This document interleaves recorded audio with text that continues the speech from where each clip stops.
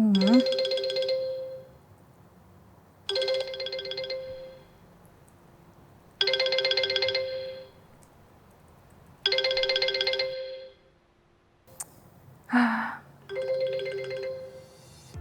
Wah, capek.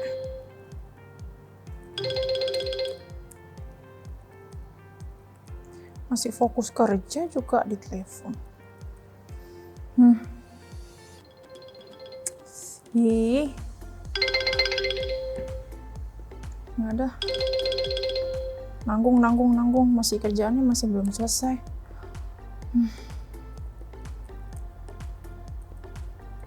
Tapi kok udah jam 5 ya? Kan waktunya fellowship nasional. Oh iya, halo teman-teman semuanya. Saking sibuknya ya, kadang kita tuh lupa gitu ya kalau misalnya kita punya kegiatan-kegiatan tertentu gitu ya. Sampai telepon aja nggak kejawab karena memang kita lagi disibukkan dengan pekerjaan kita. Nah, gimana? Teman-teman pernah nggak sih ada sih yang kayak gitu? Ketika teman-teman lagi sibuk kerja, terus kemudian teman-teman mengabaikan WhatsApp atau mungkin telepon. Nah, gimana coba kalau seandainya nih ya, Tuhan Yesus itu sebenarnya udah panggil kita nih untuk melayani Tuhan. Tuhan Yesus sudah berkali-kali nih panggil kita, tapi karena kita sibuk dengan aktivitas kita sehari-hari, kita sibuk dengan pekerjaan kita sibuk juga dengan main kita kemana-mana. Jadi kita sampai mengabaikan panggilan dari Tuhan. Nah, teman-teman, tema kita hari ini, subtema kita hari ini adalah tentang the calling ya. Jadi bagaimana panggilan Tuhan dalam proses pelayanan kita. Nah, oke, kalau gitu tanpa berlama-lama, kita akan mengikuti ibadah kita hari ini, fellowship nasional kita hari ini, yang temanya adalah The Calling, yang nanti akan dibawakan oleh Pendeta Morris Yosafat. Dan kemudian tim pujiannya untuk hari ini adalah dari GBIS Yon Rahmani. Selamat beribadah, Tuhan Yesus memberkati. Shalom. Puji nama Tuhan, kita bersyukur jika kita ada sampai saat ini. Itu semua karena berkat Tuhan yang luar biasa dalam hidup saya dan hidup saudara-saudari semuanya.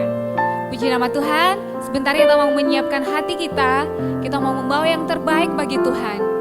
Kita mau memuji Dia dengan segenap hati kita.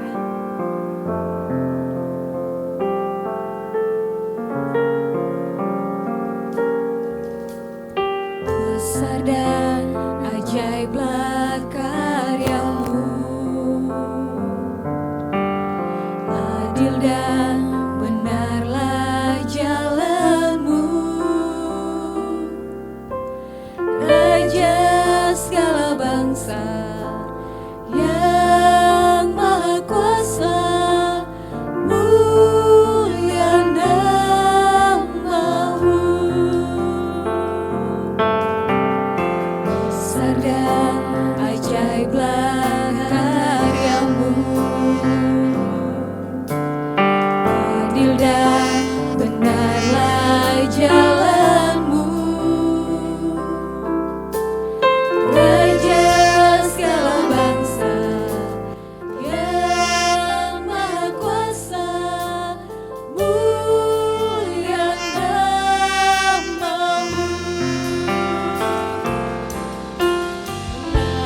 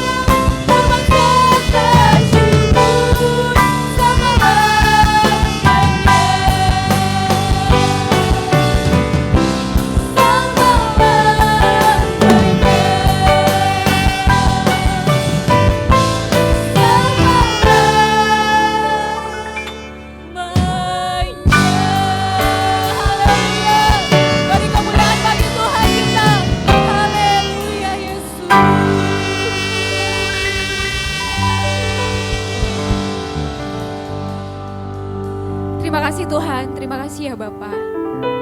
Biarlah Tuhan, Engkau hadir di tengah-tengah kami Tuhan. Engkau Allah melaut setiap kami, mengurapi kami. Terima kasih ya Bapa. Kami percaya Tuhan, bahwa kasih setiamu senantiasa ada di dalam hidup kami. Kami percaya Tuhan, bahwa kasih-Mu tidak akan pernah berkesudahan dalam hidup kami. Sebentar Tuhan, kami akan terus menaikkan pujian-pujian kami bagi-Mu ya Bapa. Biarlah Tuhan setiap apa yang kami lakukan boleh menyenangkan hati Tuhan, boleh memuliakan nama Tuhan. Terpujilah Engkau Tuhan, hanya di dalam nama-Mu kami berdoa dan mengucap syukur. Haleluya, amin. Shalom, saya yakin dan percaya bahwa setiap kita yang mengikuti ibadah pada saat ini, kita datang dengan hati yang penuh dengan sukacita yang daripada Tuhan. Kita mau terus bersorak-sorai di bagi Tuhan, kita mau angkat pujian kita.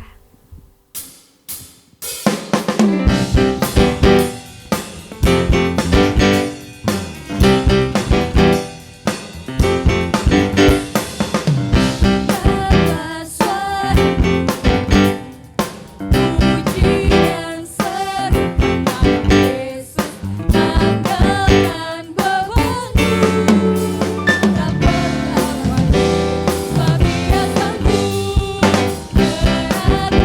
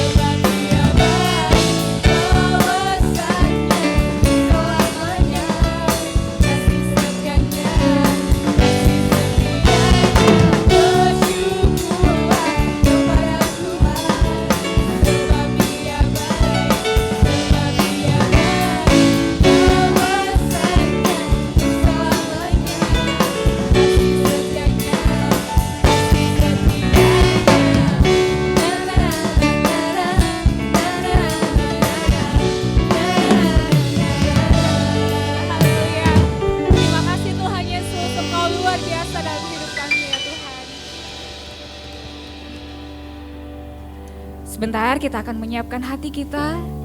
Kita mau menerima kebenaran firman Tuhan.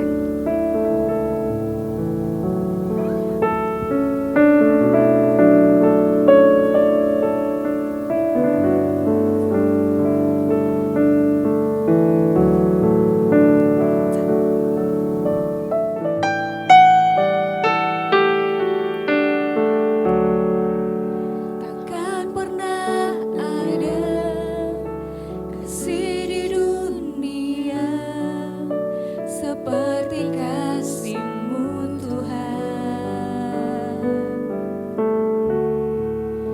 Kau telah buktikan cinta-Mu padaku dengan penebusan-Mu.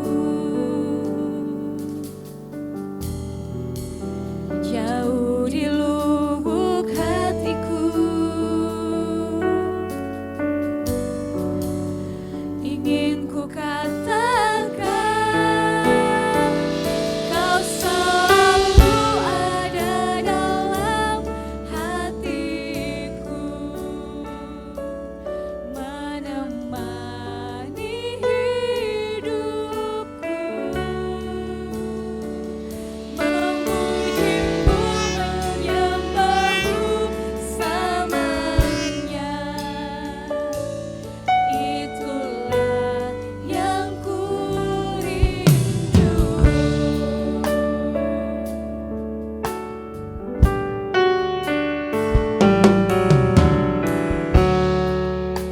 Takkan pernah ada kasih di dunia seperti kasih-Mu Tuhan. Kau telah buktikan cinta-Mu padaku dengan penebusan-Mu. Jauh di lubuk hatiku ingin ku katakan, Kau selalu ada dalam hatiku,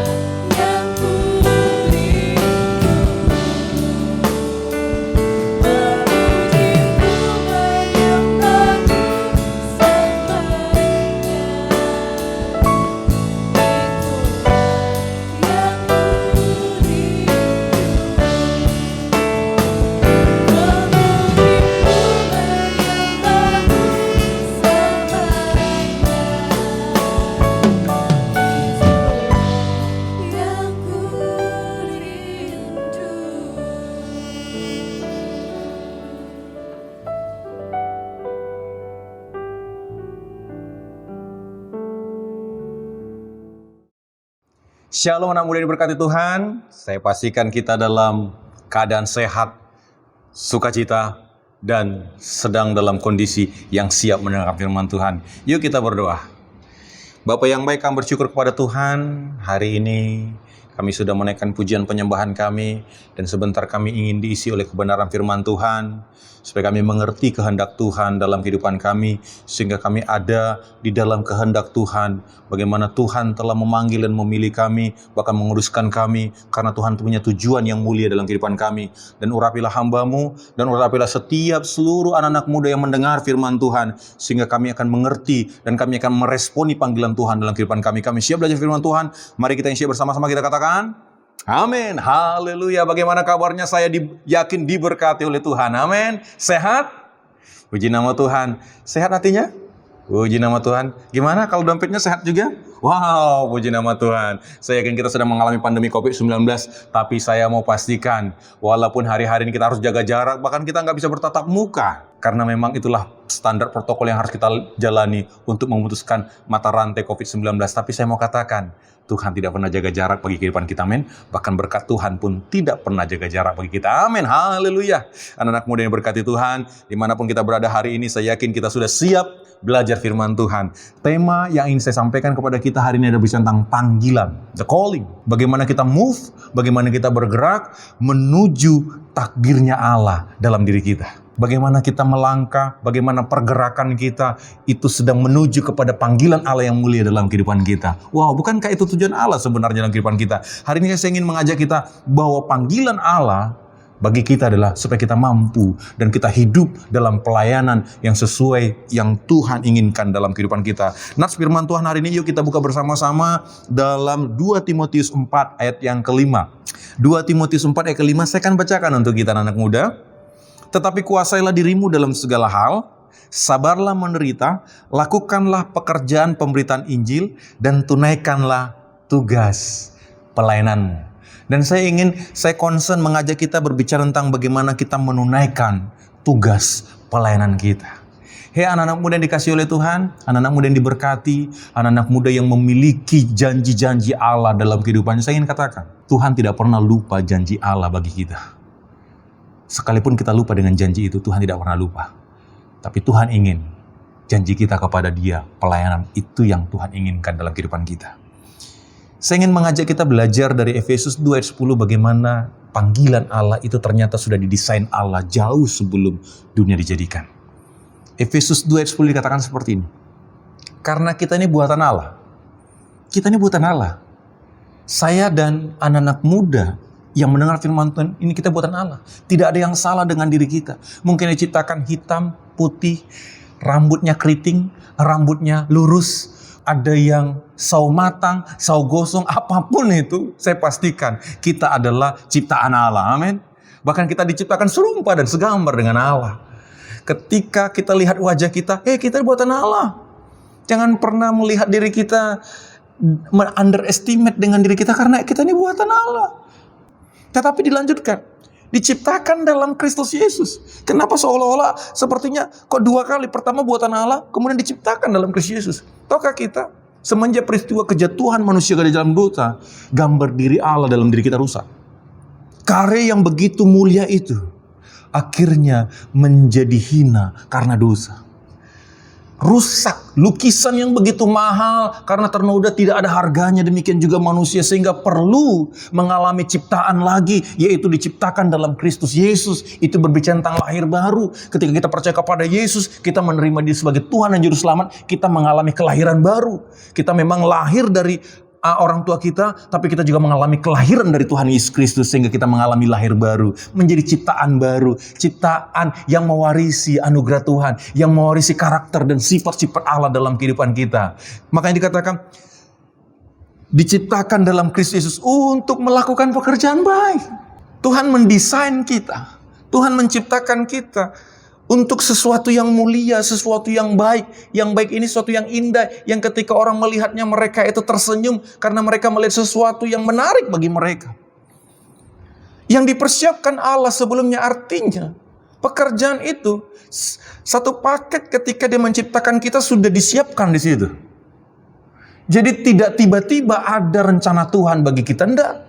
Jauh sebelum dunia ada, Tuhan sudah punya rencana. Bahkan ketika lahir ke dunia ini pun Tuhan sudah mempaketkan satu rencana dalam kehidupan kita. Dan Alkitab mencatat Ia mau supaya kita hidup di dalamnya. Lalu adalah kehendak Tuhan supaya kita menghidupinya. Jadi panggilan Tuhan supaya kita hidup di dalam rencana itu. Apa rencana itu? Adalah pelayanan kita yang kita persembahkan bagi Dia sesuai dengan talenta kita. Sejatinya keberhasilan itu bukan berbicara tentang pencapaian-pencapaian diri. Sejatinya definisi keberhasilan itu adalah ketika kita menemukan panggilan Allah dalam kehidupan kita. Dan kita hidupi lewat potensi yang Tuhan berikan bagi kita. Dan kita maksimal di sana, dan kita ada di sana, maka kita adalah orang yang berhasil. Hari ini saya ingin mengajak kita belajar bersama-sama bagaimana kita benar-benar sedang menuju panggilan Allah dalam kehidupan kita. Bagaimana kita itu ada di jalur yang benar, kita itu ada di jalan yang benar. Jangan sampai kita sedang melangkah, kita sedang berjalan, tetapi kita di jalan yang salah. Semakin kita terus berjalan, semakin jauh kita di dalam panggilan Allah. Oleh karena itu perlu kita menata ulang kembali kehidupan kita, dan kita mau perbaiki 2 hal hari ini. Mari yang pertama, kita perbaiki respon kita terhadap panggilannya. Ada 3 respon orang terhadap panggilan Tuhan. Yang pertama, dia nggak mau. Sama sekali dia langsung menutup diri. Dia apatis, dia cuek, dia nggak peduli, dia nggak respon, dia nggak respect mungkin. Ya, dia acuh tidak acuh. Kita melihat ada anak-anak muda yang ada dalam posisi seperti ini. Mereka punya respon yang seperti ini, mereka tidak mau. Padahal sejatinya mereka punya potensi, mereka punya kemampuan, mereka punya waktu, tapi mereka nggak mau. Tentu ada latar belakangnya kenapa akhirnya sampai mereka apatis. Yang pertama, tentu itu adalah masalah terbesar manusia, adalah dosa. Dosa begitu banyak menjerat anak-anak muda sehingga mereka tidak tertarik lagi dengan yang namanya pelayanan. Berapa banyak anak-anak muda yang terpuruk, terperosok di dalam dosa. Ketika kita sudah percaya kepada Yesus, bukan berarti kita jadi manusia sempurna, manusia Superman yang kita kebal terhadap dosa. Kita pun bisa jatuh ke dalam dosa. Dan seringkali dosa itu bisa menghancurkan kita sehingga kita kehilangan keinginan dan kerinduan untuk meresponi panggilan Tuhan. Mungkin ada kita yang terikat hari-hari ini dengan judi. Kita mungkin terikat. Yang banyak hal kita terkuras tenaga kita, waktu kita sampai habis-habisan kita. Kita sudah terjerat di dalamnya. Seperti lingkaran setan yang membuat kita sulit keluar dari dalamnya. Mungkin kita ada dalam dosa seks. Bahkan ada penyimpangan-penyimpangan di dalam tanda kutip. Mungkin kita sudah mulai menyimpang dalam banyak hal. Penyimpangan moral, penyimpangan seks mungkin. Saya ingin katakan, yuk, Tuhan ingin kita bertobat di sana. Selama kita belum bertobat, kita akan jadi orang yang apatis, gak akan ngerti kehendak Tuhan. Mungkin kita dalam dosa narkoba. Kita terjerat, terperosok. Dulunya kita cuma coba-coba, tapi akhirnya kita terjerat, kita candu, dan kita sulit keluar dari sana. Mari kita belajar bersama-sama untuk kembali datang kepada Tuhan.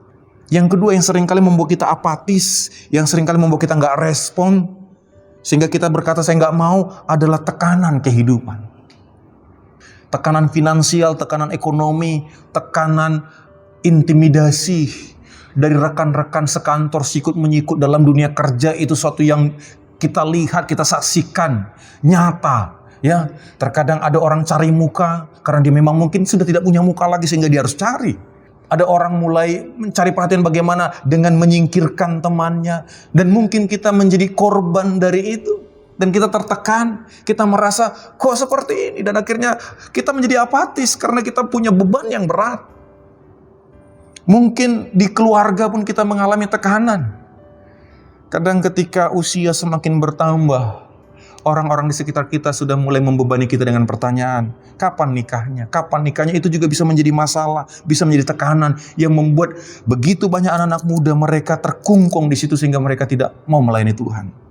Mereka ditekan, bahkan mungkin dari teman-teman mereka mendapat perlakuan-perlakuan yang tidak baik. Mereka dibully hanya karena mungkin mereka punya kelemahan, mungkin punya kelemahan fisik, atau mungkin seringkali mereka dijadikan bahan lelucon mungkin. Mereka menutup diri dari banyak hal. Yang ketiga, kenapa orang bisa apatis meresponi panggilan Tuhan? Karena kecewa. Hati-hati dengan hati. Kalau kita tidak hati-hati dengan hati, seringkali hati kita kecewa dengan banyak hal. Ada anak muda merasa dia cuma dikasih 1 talenta sehingga dia menyembunyikannya, dia kecewa kok cuma dikasih 1. Bahkan gereja bisa membuat anak-anak muda kecewa. Kita lihat terkadang ada dalam beberapa hal anak muda sepertinya tidak diapresiasi di gereja. Mereka merasa mereka lebih dihargai di dunia. Pemikiran mereka, gagasan mereka, kreativitas mereka, bahkan kegagalan mereka pun dihargai di dunia. Dan ketika itu dibawa di gereja, mereka tidak dikasih ruang, tidak dikasih kesempatan untuk belajar. Bahkan dianggap mereka itu bisa merusak dan membuat perubahan, yang perubahan itu seolah-olah menjadi sesuatu yang ditakuti oleh gereja. Sehingga mereka tidak dikasih kesempatan untuk mengaktualisasikan potensi mereka. Mungkin ada gereja-gereja yang sudah mempertahankan liturgi yang begitu ketatnya sampai sudah nomor 2 sesudah Alkitab yang dipatenkan. Hukum bukan hanya hukum Alkitab, tapi ada hukum Taurat yang tidak tertulis, tetapi sudah dipatenkan sehingga ketika anak muda datang dengan satu perubahan, dengan satu kreativitas, mereka tertolak dan akhirnya mereka apatis. Dan juga mungkin bisa akibat dari pemimpin-pemimpin rohani mereka kecewa. Apalagi di era teknologi sekarang, kita boleh menyaksikan bersama-sama terjadi perdebatan di media sosial antara satu hamba Tuhan dengan hamba Tuhan lain, memperdebatkan doktrin dogma yang akhirnya mereka saling menyakiti satu sama lain. Akhirnya ketika anak muda melihat ini, menyaksikan ini, mereka tersandung dan mereka bisa kecewa. Dan mereka menutup diri, yang sudah pelayanan saja seperti itu. Mungkin mereka kecewa dengan kehidupan dari hamba Tuhan itu. Kekecewaan bisa membuat orang apatis terhadap panggilan Tuhan. Yang berikutnya, sibuk. Kita lihat ada anak-anak muda yang punya ambisi yang begitu luar biasa. Yang dia sudah punya schedule dalam kehidupannya, nanti usia 20 tahun, aku sudah harus memiliki seperti ini. Bahkan yang mengatakan usia 30 tahun, aku sudah harus punya penghasilan 5M. Tapi akhirnya cuma dapat embernya saja, nggak dapat miliarnya. Dia sudah menata dirinya, mempersiapkan dirinya, dan dia semua on the schedule. Dia semuanya mengerjakan sesuai dengan ambisi-ambisi, obsesinya. Dia sibuk ngurusi karirnya, dia sibuk ngurusi mimpi-mimpinya sampai dia nggak mau memberikan hatinya bagi Tuhan. Ketika ditanya gereja, wah lagi sibuk nih, lagi ada pekerjaan nih, ada proyek nih, sehingga dia lebih sibuk dengan karirnya. Saya tidak menyalahkan kita meniti karir kita, tapi jangan ketika kita mengejar karir kita, kita mengorbankan pelayanan kita mengorbankan panggilan kita. Sehingga kita berkata, saya nggak punya waktu. Karena kita apatis dengan pelayanan. Ini bisa membuat respon yang salah sehingga kita nggak mau. Yang kedua, skeptis. Ini berbicara tentang, ini aku, utuslah dia. Aneh. Dia menyodorkan dirinya, tapi ketika berbicara tentang pelayanan, rencana Tuhan, tanggung jawab, dia menyodorkan orang lain. Kadang ada yang seperti ini. Kadang kita juga ketika bicara berkat, kita sodorkan diri kita, tapi ketika berbicara tentang tanggung jawab, kita sodorkan nama orang lain. Tentu mungkin ada juga karena faktor-faktor tertentu, karena skeptis, karena ada keraguan, karena ada ketidakyakinan, kurang percaya. Kita boleh melihat contoh kasus di Alkitab Gideon. Gideon ada dalam satu kondisi yang tidak mengenakan. Dia ada di masa yang bangsanya mengalami penjajahan. Dan mereka diintimidasi, dirampas, mentalitas mereka hancur, iman mereka krisis. Dan Gideon ada di sana jadi korban dari keadaan. Dan ketika dia mengalami perlakuan yang seperti itu, membuat dia mengalami krisis iman. Dan akibat dari krisis iman, dia krisis identitas. Coba kita baca di Hakim-Hakim bagaimana dia berkata, di manakah Tuhan dengan segala keajaiban? Dan dia juga coba mengukur dan mengkerdilkan dirinya berkata, aku ini kecil, bahkan aku ini gak masuk hitungan. Bahkan mungkin tidak di luar jangkauan. Tidak masuk kategori. Anak bawang yang tidak pernah diperhitungkan. Kenapa? Karena krisis iman. Dan akhirnya dia berkata, utuslah dia Tuhan, aku gak layak, aku gak pantas, aku gak bisa. Kita boleh bayangkan, orang yang krisis iman, akhirnya krisis identitas, dia mulai menutup diri. Bahkan dia bisa menarik diri atau bersembunyi. Gideon sedang bersembunyi. Dia bersembunyi di tempat pemerasan anggur dengan mengirik gandum di sana. Sesuatu yang aneh. Dia di tempat yang salah. Seringkali kita juga ada dalam posisi Gideon. Kita ada di tempat yang salah hanya karena mungkin kita mengalami satu kondisi dalam hidup ini. Dan saya mau pastikan selama Gideon ada di sana, dia tidak akan pernah maksimal. Jangan karena aman, kita benarkan itu bahwa itu adalah tempat kita.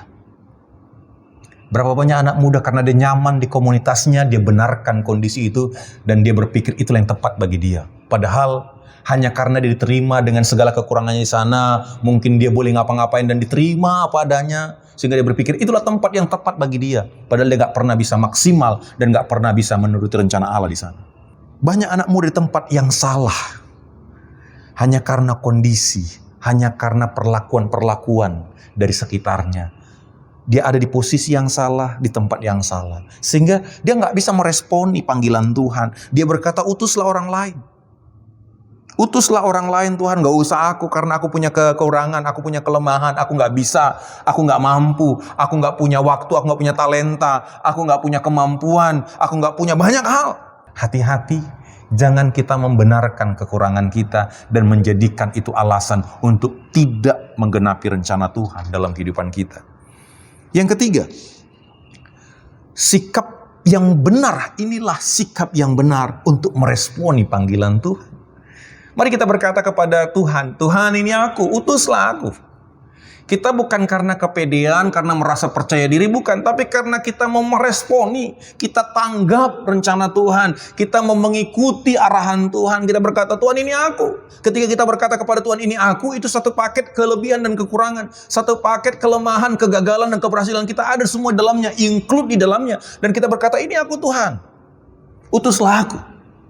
Jadi bukan berbicara tentang sudah siap, kita sudah maksimal, kita baru kita berikan hidup kita bagi Tuhan. Tapi ini aku, itu berbicara di dalam kegagalan kita, dalam kelemahan kita, kita mau persembahkan bagi Tuhan. Kita persembahkan kelemahan kita, kegagalan kita, kehancuran kita pun kita persembahkan sehingga Tuhan akan memakai. Kalau Tuhan memakai, Tuhan juga persiapkan. Makanya di sini dikatakan dipanggil, dipilih, dikuduskan. Kita dikuduskan baru diutus. Tuhan tidak pernah bekerja setengah-setengah bagi kita. Ini poin yang pertama saya ingin sampaikan. Mari kita perbaiki respon panggilan kita kepada Dia. Mari kita jangan menolak panggilan itu. Hidup ini adalah kesempatan. Mari kita juga jangan skeptis sehingga kita merasa nggak layak, nggak mampu. Sehingga kita bilang sama Tuhan, Tuhan utulah si Anu lebih pantas, lebih layak, lebih bisa. Kalau aku enggak lah Tuhan, udahlah. Biarlah aku jadi penonton, biarlah aku jadi pendengar. Yang penting aku datang ke gereja, aku rajin, aku tidak melakukan kejahatan, aku tidak melakukan hal yang buruk. Udahlah cukup. Tuhan nggak mau kita hanya sekedar sampai sebatas itu. Tapi Tuhan ingin kita sampai respon yang ketiga. Ini aku, utuslah aku. Yang kedua, bagaimana kita bisa sampai dalam rencana panggilan Allah. Kita juga harus berani mereschedule perjalanan hidup kita, meresponi panggilannya. Mari kita belajar dari Paulus. Saudara-saudara, aku sendiri tidak menganggap bahwa aku telah menangkapnya. Tetapi ini yang kulakukan, aku melupakan apa yang di belakangku dan mengarahkan diri kepada apa yang di hadapanku dan berlari-lari kepada tujuan untuk memperoleh hadiah itu, panggilan surgawi. Saya ingin kita belajar bagaimana mereschedule perjalanan hidup dari prinsip firman Tuhan ini. Yang pertama, melupakan apa yang di belakangku. Hei anak-anak muda, mari kita berani mengeluarkan beberapa hal dari jadwal-jadwal kita, kegiatan-kegiatan kita, rencana-rencana kita yang selama ini kita pertahankan ternyata tidak menambah nilai tambah, malah ternyata memperlambat kita, malah ternyata menghabiskan waktu dan tenaga kita sehingga kita tidak bisa maksimal, bahkan bisa sampai kita hanya stagnan, kita hanya sibuk tapi kita nggak kemana-mana, tidak ada pencapaian, tidak ada kemajuan sama sekali. Perlu kita menata ulang, kita harus melupakan apa yang di belakang. Artinya harus ada yang berani kita buang. Kalau itu mungkin 10 jadwal kita, mungkin kita hanya pakai 5. Beberapa kegiatan harus kita buang. Mungkin kegiatan apa? Kita terlalu banyak untuk hobi kita, main game apapun. Mari kita berani buang. Bukankah ketika kita punya laptop yang di dalamnya ada folder dan di folder itu ada file-file. Dan terkadang sudah hampir penuh, dan ketika itu sudah hampir penuh, kinerja laptop itu semakin menurun dan menurun. Sehingga perlu kita berani untuk membuang beberapa file yang gak penting, yang kita anggap sampah. Kita masukkan dia ke recycle bin, kita buang dia. Supaya jangan membebani proses loading, proses kinerja daripada laptopnya. Tapi terkadang ketika tetap lambat, dan tetap juga mungkin lelet, bahkan error, jangan-jangan kita harus berani menginstal ulang. Percayakan anak muda, ketika kita install ulang itu butuh biaya. Dan butuh waktu. Biasanya kalau install ulang bisa 2 jam sampai 3 jam, harus dibersihkan dulu semuanya, baru dimasukkan kembali program itu. Karena apa? Ketika tetap kita bertahan di situ, jangan-jangan ada file di situ yang dia adalah virus. Yang ketika dia tetap ada di situ, dia akan mencemari setiap file-file yang lain, dan akhirnya semua file itu terkena virus, sehingga semuanya tidak maksimal. Akhirnya kita pun tidak bisa melakukan apa-apa. Jangan-jangan ada kegiatan-kegiatan kita ini jadi virus dalam hidup kita, yang dia ini meracuni banyak hal dalam kehidupan kita, yang ketika kita terus pertahankan, jangan-jangan kita akan stagnan dan kita tidak akan pernah melangkah maju ke depan. Kita harus berani mengeluarkan, itu namanya reschedule. Kita buang yang gak penting, kita tunda yang gak penting itu. Mungkin itu seperti kita ketika kita punya tanaman, pohon yang menghasilkan buah, contohnya pohon mangga. Ketika kita tahu kalau ingin mangga ini berbuah lebat, kita mungkin harus mengurangi sebagian rantingnya. Karena apa? Tujuan pohon mangga diciptakan supaya dia menghasilkan buah mangga yang manis. Bukan menciptakan supaya jadi pohon yang rindang, bukan. Demikian juga kita, kesibukan kita mungkin kita terlihat hebat, mungkin terlihat wow, dia sibuk di organisasi sosial, sibuk di kemasyarakatan, sibuk di sekolah, di kampusnya, di pekerjaannya, sibuk, tapi ternyata dia tetap berjalan di tempat karena itu ternyata sudah membebani hidupnya. Atau mungkin susunannya kita ubah, yang dulunya kita prioritasnya sesuatu yang tidak terlalu penting tapi jadi kategori pertama, akhirnya menghabiskan yang lainnya. Bukankah itu ada ilustrasi ketika ada seorang profesor mengatakan kepada mahasiswanya, dia siapkan baskom di depannya, dan di meja itu ada batu besar, kerikil, dan pasir. Dan dia bertanya kepada mahasiswanya, kira-kira mana dulu yang dimasukkan, mana yang duluan dari antara material ini yang dimasukkan ke baskom ini supaya bisa banyak penuhnya, supaya banyak yang bisa dimasukkan ke dalamnya. Ada orang berkata, masukkan duluan pasir. Tahukah ketika masukkan pasir, kerikil tidak punya tempat lagi di baskom itu, apalagi batu besar. Tetapi yang paling penting, yang benar itu adalah ketika yang pertama dimasukkan adalah batu besar dulu. Ketika dimasukkan batu besar, masih ada celah untuk kerikil bisa masuk di dalamnya. Bahkan masih ada celah untuk pasir bisa masuk di dalamnya.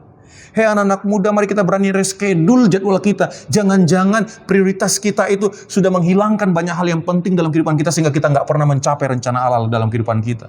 Karena kita malah mendahulukan pasir, sehingga batu besar yang penting itu kehilangan tempat di hidup kita. Yang kedua, bagaimana kita bisa mereschedule?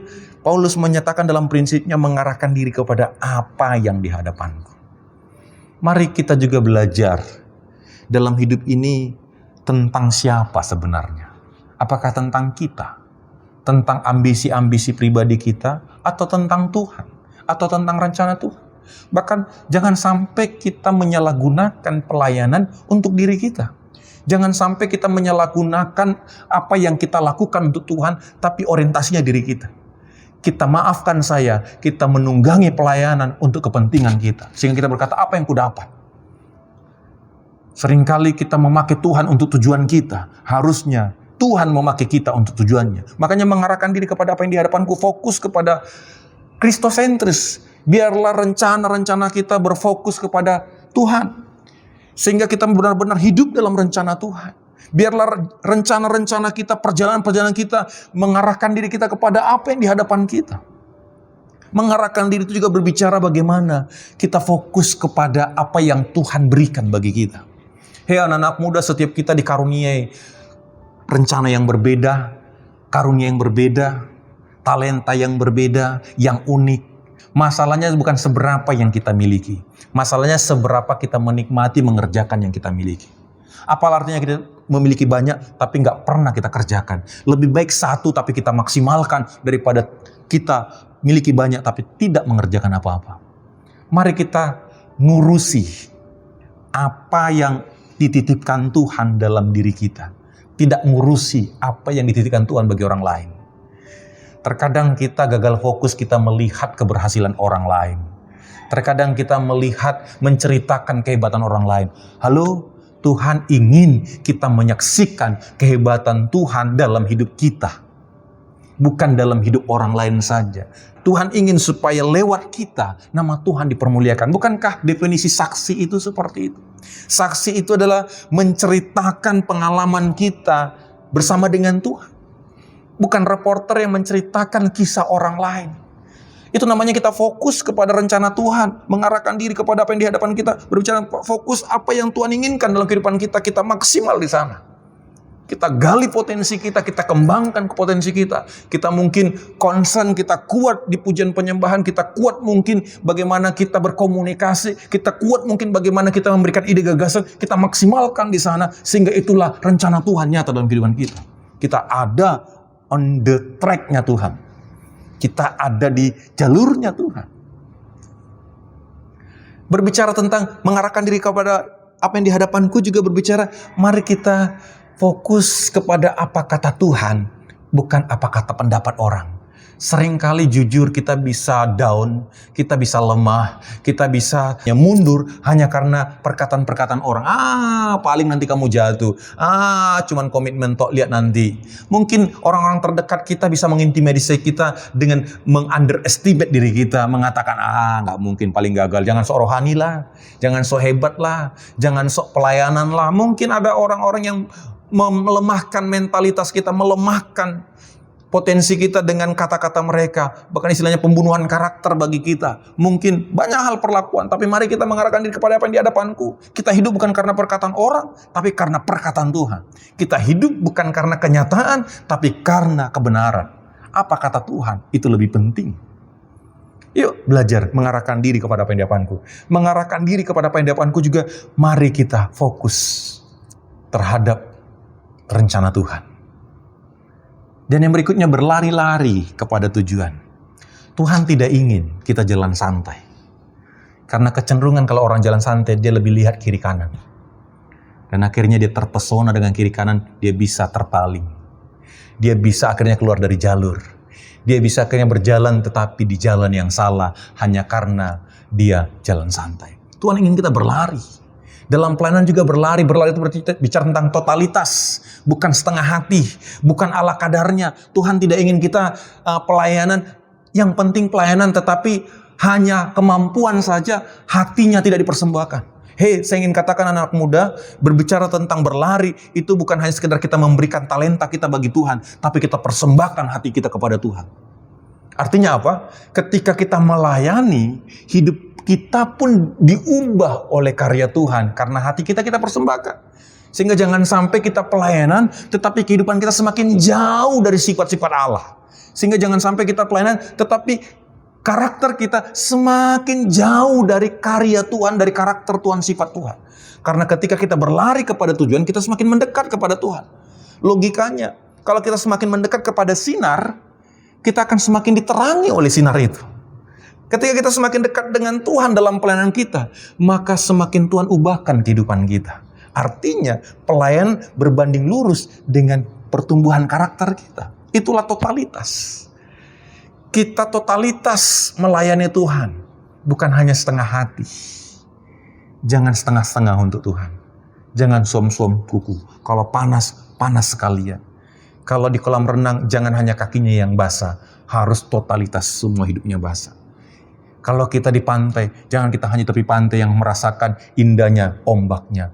Mari kita ada di lautan itu dan kita berselancar di atas ombak itu. Kita bisa mengagumi orang berselancar, tapi kita hanya di pantai. Tapi mari kita berselancar di atas ombak itu.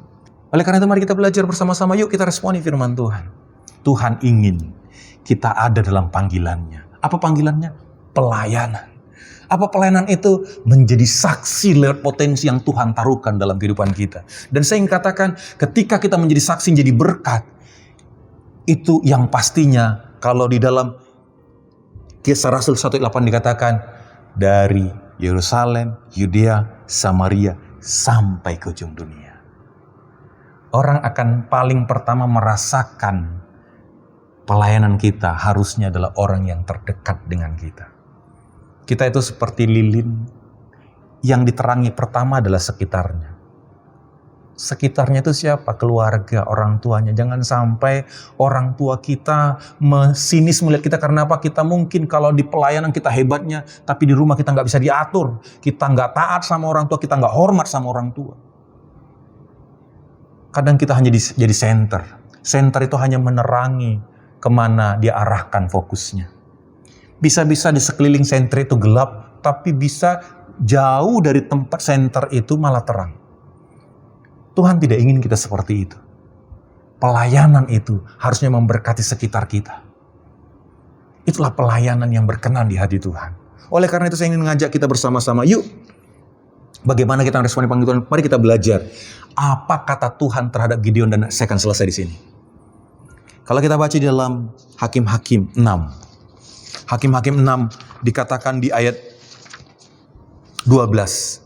Malaikat Tuhan menampakkan diri kepadanya dan berfirman kepadanya, demikian Tuhan menyertai engkau ya pahlawan gagah berani. Saya ingin katakan, mari kita hari ini anak-anak muda yang mendengar firman Tuhan ini, saya ingin katakan apa yang dikatakan oleh Tuhan kepada Gideon. Tuhan mengatakan hal yang sama kepada kita. Yang pertama, aku menyertai engkau. Wow, ini yang ngomong ini Tuhan. Dan dia berkata, aku menyertai engkau. Saya tahu bagaimana krisis identitas daripada Gideon. Tetapi hari itu, dia menemukan sesuatu yang berbeda dalam kehidupannya karena dia sadar ada Tuhan yang menyertai hidupnya. Ketika Tuhan menyertai kehidupan kita, dia bisa mengangkat kita dari keterpurukan kita. Dia bisa mengangkat dan mengeluarkan Gideon dari persembunyiannya, dari kotak yang tempat di mana dia aman dan ternyata dia bukan kotak yang tepat, supaya dia keluar untuk menyatakan kemuliaan Tuhan. Dia Allah yang menyertai, yang bisa mengeluarkan Gideon dari persembunyiannya. Dia Allah yang menyertai, yang memulihkan Petrus yang gagal. Kita boleh lihat bagaimana mungkin kita dalam kondisi seperti Petrus juga. Yang kita mungkin pernah aktif, kita pernah begitu hebatnya kita melayani Tuhan. Tapi karena ada satu peristiwa, ada satu hal yang membuat kita kecewa. Atau mungkin kita merasa gagal karena ada hal-hal yang kita kerjakan. Yang mungkin kita mempermalukan nama Tuhan dari kehidupan kita. Apapun kisah kehidupan kita. Percayalah Allah yang menyertai itu, dia Allah yang hadir. Allah yang memberikan, mengulurkan tangannya. Mengangkat kita kembali kepada jalurnya kita. Petrus kembali menjadi penjala ikan. Artinya dia kembali ke masa lalunya. Tapi penyertaan Tuhan membawa dia kembali kepada rencana Tuhan. Petrus pernah begitu hebatnya dia berkata, kalau ku hidup bagimu. Tapi ternyata dia gagal. Mungkin kita juga di posisi Petrus. Yang kita pernah berkomitmen dengan Tuhan. Tetapi dalam satu kondisi kita terperosok jatuh. Tuhan bisa mengangkat kita karena dia berkata, aku menyertai engkau. Tuhan menyertai bukan hanya ketika kita berhasil. Dalam kegagalan pun Tuhan menyertai dan mengulurkan tangannya untuk mengangkat kita. Mungkin kita berkata, Tuhan sudah terlalu lemah aku. Aku sudah gak mampu lagi karena sudah terlalu banyak aku jatuh bangun. Sudah gak mungkin lagi. Mungkin tangan kita sudah lemah. Tapi tangan Tuhan tidak pernah lemah untuk menopang kita. Bukankah dalam Yesus dikatakan, janganlah takut, aku menyertai engkau. Janganlah bimbang, sebab aku ini lam. Aku akan meneguhkan engkau, bahkan menolong engkau. Dan memegang engkau dengan tangan kananku. Yang membawa kemenangan. Allah yang Immanuel itu adalah Allah yang memegang tangan kita. Karena Tuhan ingin. Tuhan mau kita hidup dalam rencana Tuhan. Gideon dipulihkan Tuhan. Petrus dipulihkan Tuhan. Kita pun. Karena Tuhan berkata, aku menyertai engkau. Yang kedua, Tuhan berkata kepada Gideon, hai pahlawan yang gagah berani. Wow. Kadang harus kita akui, seringkali kita menilai diri kita, bahkan kita underestimate dengan diri kita. Hanya karena kita punya kejadian-kejadian di masa lalu yang mungkin tidak baik. Mungkin kita mulai menilai kita, memvonis diri kita. Saya nggak bisa, saya gagal, saya nggak berarti. Karena mungkin kita sering gagal, kita mungkin pernah mengalami masalah-masalah, pernah mengalami peristiwa-peristiwa yang mengecilkan hidup kita. Sehingga akhirnya kita merasa rapuh, merasa nggak ada artinya. Tapi saya mau katakan hari ini, Tuhan mengatakan kepada Gideon, hei pahlawan yang gagah berani. Halo, Tuhan itu berurusan dengan masa depan, bukan masa lalu. Tuhan selesaikan masa lalu lewat kematian Kristus di atas kayu salib. Tapi Tuhan ingin membawa kita ke dalam masa depan. Saya ingin katakan, seringkali kita menilai diri kita dengan atas apa yang sedang dan sudah terjadi dalam kehidupan kita. Tapi Tuhan menilai kita atas apa yang akan Tuhan kerjakan dalam hidup kita. Kita pahlawan. Mari anak-anak muda kita katakan kepada diri kita, hei saya pahlawan. Katakan kepada diri kita, saya pahlawan yang gagah berani. Berapa banyak anak muda hari merasa dia jadi pecundang, dia menjadi orang yang gagal, yang tidak punya harapan. Dia menjadi orang yang madesu, masa depan suram, sehingga dia tidak punya gairah, karena dia berpikir, toh gagal. Tapi Gideon mendapatkan satu penyegaran, membangkitkan semangat. Dia berkata, hei pahlawan yang gagah berani. Dan saya juga mengatakan, setiap anak muda yang mendengar firman Tuhan ini, Tuhan sedang berkata kepadamu, engkau pahlawan yang gagah berani. Tuhan memperhitungkan hidupmu. Dan orang-orang akan melihat kemuliaan Tuhan lewat hidupmu. Lewat apa yang Tuhan sedang ingin kerjakan dalam hidupmu. Karena Tuhan tidak pernah salah. Tuhan tidak pernah salah memilih Gideon. Tuhan tidak pernah salah memilih Petrus. Dan Tuhan tidak pernah salah memilih kita. Mari kita belajar firman Tuhan ini. Yang ketiga, Tuhan berkata kepada Gideon di ayat 14. Pergilah dengan kekuatan. Coba kita bayangkan Gideon. Bagaimana mungkin dia terpikir tentang kekuatan. Dia saja bekerja sudah puji Tuhan. Dia saja bisa hidup sudah puji Tuhan. Dia saja bisa untuk dirinya saja sudah puji Tuhan. Dia mungkin berpikir, dia nggak akan pikirkan yang macam-macam. Dia nggak pernah bermimpi yang besar lagi karena dia sudah merasa penting aku bisa hidup, penting aku bisa makan, udah selesai. Tapi Tuhan sedang berkata kepada dia, hei Gideon, pergilah dengan kekuatanmu. Diingatkan dia. Yang selama ini dia mulai fokus kepada kelemahan dan kekurangannya, kepada ketidakadilan banyak hal. Tapi Tuhan ingin melihatkan kepada dia bahwa dia punya kekuatan. Kita baca di Alkitab, seringkali apa yang kita miliki, yang kita sepelekan itu, tapi lewat itulah Tuhan mengerjakan perkara besar. Seringkali kita berpikir, Tuhan aku hanya memiliki ini. Tuhan aku hanya bisa ini. Tuhan aku hanya ini. Lalu saya menemukan di Alkitab, selalu Tuhan melakukan peristiwa besar terhadap hal-hal yang kita miliki mungkin kecil, tapi kita persembahkan kepada Tuhan. Bukan seberapa besar yang kita miliki, tapi seberapa kita mau persembahkan itu untuk Tuhan. 5 roti dan 2 ikan memberi makan 5.000 orang. Kenapa? Dipersembahkan kepada Tuhan. Tuhan tidak tanya berapa banyak talenta, kemampuan yang kita berikan. Tapi mau gak kita mempersembahkannya? Pergilah dengan kekuatanmu. Tuhan ingin Gideon itu mulai melihat kepada dirinya bahwa dia punya potensi, dia punya kemampuan, dia punya kekuatan, dia punya calling, dia punya panggilan dalam hidupnya. Dan Tuhan ingin, lewat panggilanmu itu engkau nyatakan kemuliaanku. Dan yang terakhir, dikatakan di ayat yang sama, bukankah aku mengutus engkau? Tuhan yang mengutus kita. Tuhan ingin kita menyelamatkan bangsa ini lewat kesaksian hidup kita, lewat pelayanan kita, lewat apa yang bisa kita kerjakan, lewat kontribusi kita di pekerjaan kita, di keluarga kita, dimanapun Tuhan tempatkan kita. Dia mengutus kita. Berbicara tentang mengutus artinya Allah yang membackup kita. Berapa banyak orang pede bergerak karena dia punya istilahnya namanya ada orang yang membackup dia. Ada petinggi-petinggi, orang-orang penting di belakangnya. Makanya kita berkata, kok dia bisa masuk ya? Siapa yang membackup? Oh, ternyata dia punya kenalan, punya keluarga, petinggi, jenderal. Saya mau katakan, kenalan kita yang membackup kita, raja di atas segala raja. Dia bukan hanya sekedar membackup kita, saja dia fasilitasi kita seperti duta besar. Ketika Indonesia mengirim duta besarnya ke satu negara, contohlah Malaysia. Ketika ada yang masalah dengan duta besar itu, Malaysia harus berhadapan dengan bangsa Indonesia. Bukan duta besar orang pribadi, tapi menghadapi bangsanya. Ketika kita diutus Tuhan, Tuhan bertanggung jawab dengan kehidupan kita. Oleh karena itu anak-anak muda yang dikasih oleh Tuhan, yuk, mari kita menghidupi panggilan Tuhan dalam kehidupan kita. Mari kita berani mereschedule perjalanan kehidupan kita. Karena saya mau katakan, Tuhan memilih kita. Dan Tuhan tidak pernah salah dalam pilihannya. Dan ketika Tuhan memilih kita, Tuhan desain juga panggilannya dalam kehidupan kita.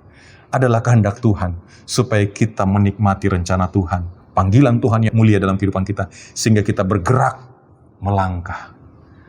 Saya ingin katakan kepada kita, ada kalanya kita harus berhenti sejenak. Supaya kita tahu kemana kita sedang melangkah hari-hari ini. Mari buka hati kita.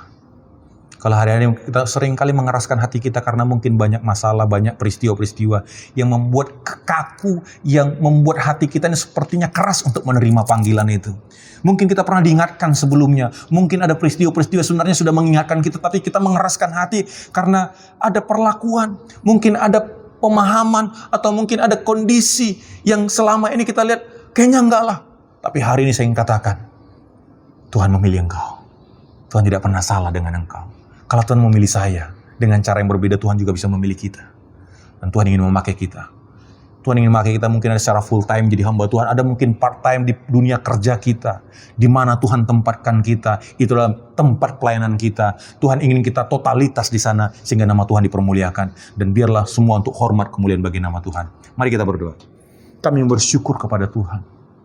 Karena anugerah Tuhan. Kami boleh menerima panggilan Tuhan. Sejatinya siapakah kami Tuhan? Tapi Tuhan memilih kami dari segala kekurangan kelemahan kami. Karena kami tahu Tuhan tidak pernah salah dengan hidup kami. Ampuni kami Tuhan, mungkin kami dalam posisi seperti Petrus yang gagal. Atau mungkin kami seperti Gideon yang kami merasa nggak mampu.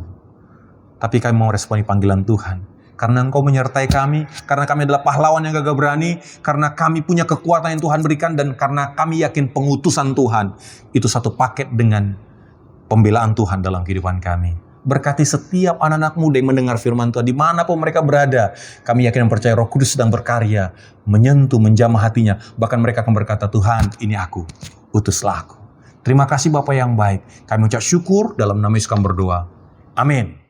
Shalom teman-teman, gimana pemberitaan firman Tuhan hari ini dengan subtema The Calling? Nah, semoga pemberitaan firman Tuhan hari ini bisa memberkati teman-teman semua dan juga bisa memberikan kekuatan bagi teman-teman semua untuk menjawab panggilan pelayanan dari Tuhan. Oke, kalau gitu teman-teman, sampai jumpa besok.